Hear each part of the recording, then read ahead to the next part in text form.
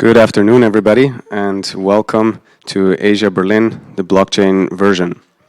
So it's a pleasure to have all of you here. My name is Ricardo, and I'm the vice president of BerChain, a Berlin-based non-profit organization connecting and promoting the Berlin blockchain space, and one of the organizers today.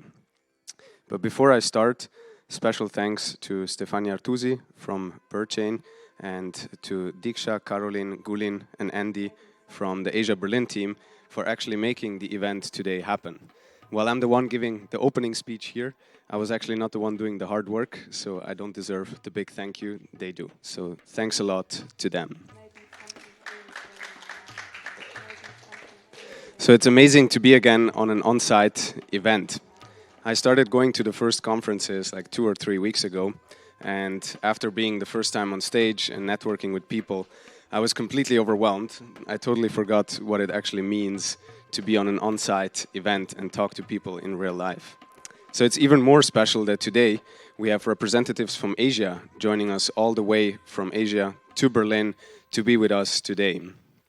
With travel restrictions and with COVID, Asia feels like such a remote place to reach, so it's very, very special to have representatives from there here today with us.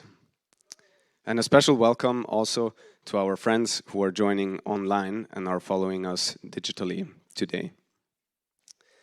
So 2021 has been a very special year for blockchain. A lot happened.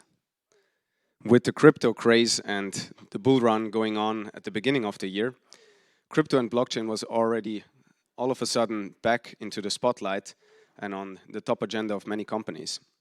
And what we are seeing this year is the first signs of real mainstream adoption, with, for example, announcements such as Twitter's blockchain tipping feature with Bitcoin, or El Salvador adopting Bitcoin as legal tender, or even TikTok's recent move into the NFT space, or announcements such as Dolce & Gabbana, a very traditional old Italian brand, launching their own NFT-backed collection.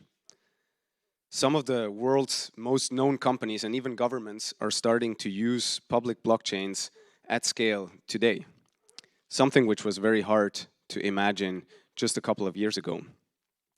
And now we are even seeing first institutional investors dipping their toes into the investments in the crypto space, further giving legitimacy to this space and to this asset class. And in the middle of that, there is Berlin as a key hotspot for global innovation in the blockchain space. On the one side, on the infrastructure level, with projects such as Polkadot, Silo, Ocean Protocol, and others who are doing hard work on the infrastructure level and gained a lot of adoption this year. And on the other hand, also with startups such as Nuri, bringing crypto to the masses, or startups such as License Rocks and Fanzone, doing significant advancements in the NFT space, and companies like Ubridge making big contributions to the COVID pass. It's clear that the ecosystem in Berlin continues to thrive.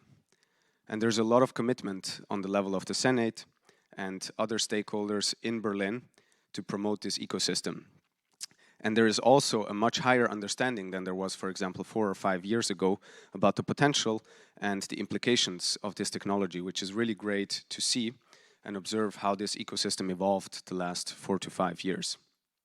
So the conditions in Berlin are perfect or continue to evolve and become better and better for startups to open a blockchain business here.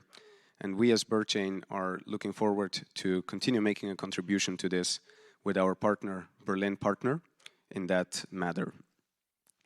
So without further ado, I'd like to welcome you again to this event. You'll have the chance today to learn about AI and blockchain, about privacy, about blockchain for social good, about panels, about regulatory topics, CBDCs, and data sovereignty from Asia, from Berlin, and other regions of Germany.